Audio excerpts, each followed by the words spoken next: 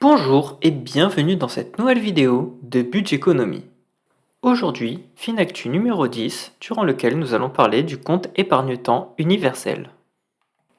Ce mardi 23 avril 2024, les organisations patronales et syndicales ont trouvé un terrain d'entente dans la mise en place d'un compte épargne-temps universel, aussi appelé CETU. Il vise à aider les travailleurs en fin de carrière. Le CETU est un dispositif qui doit permettre aux salariés d'épargner des congés, des RTT et des primes pour s'en servir plus tard au cours de leur carrière. Concrètement, cet accord vise à généraliser l'accès au compte épargne-temps, CET, dont disposent actuellement entre 10 et 20% des salariés du secteur privé. Pour les salariés disposant déjà d'un CET, ils peuvent le conserver.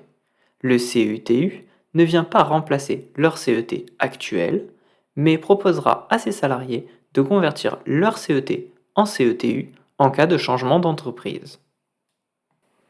Dans la version signée par les partenaires sociaux, les CETU peuvent être alimentés par le salarié avec ses jours de congé non pris au-delà des 4 semaines de congé par an. Le salarié pourra également y déposer des congés supplémentaires prévus par accord de branche ou d'entreprise, notamment les RTT, les heures supplémentaires, mais aussi des primes et des dispositifs de partage de la valeur. Nous pouvons nous demander comment cela fonctionne au changement d'entreprise. Lors du départ d'un salarié de son entreprise, celle-ci devra verser à la Caisse des dépôts et consignations la somme correspondante aux congés, RTT et primes stockées dans le CETU du salarié. Si ce salarié veut ensuite activer son CETU depuis une autre entreprise, son nombre de jours sera recalculé au prorata de son nouveau salaire.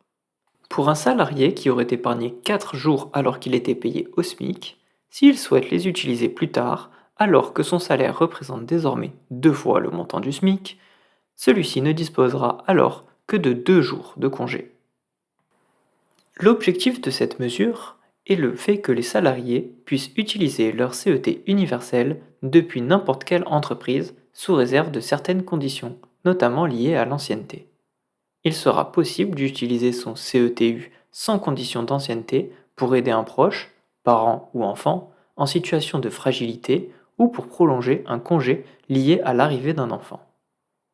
Au bout d'un an, le salarié pourra utiliser son compte épargne-temps universel s'il justifie d'un projet d'engagement associatif ou citoyen, ou pour acquérir une qualification dans le cadre d'un projet de reconversion professionnelle à son initiative.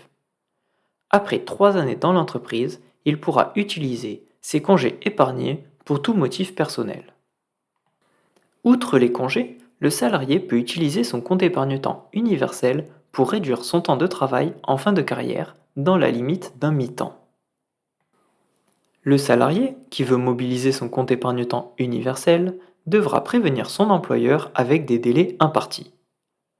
Au moins 1 mois à l'avance pour une absence inférieure à 5 semaines, 3 mois à l'avance pour une absence comprise entre 5 semaines et 6 mois, et 6 mois à l'avance au-delà.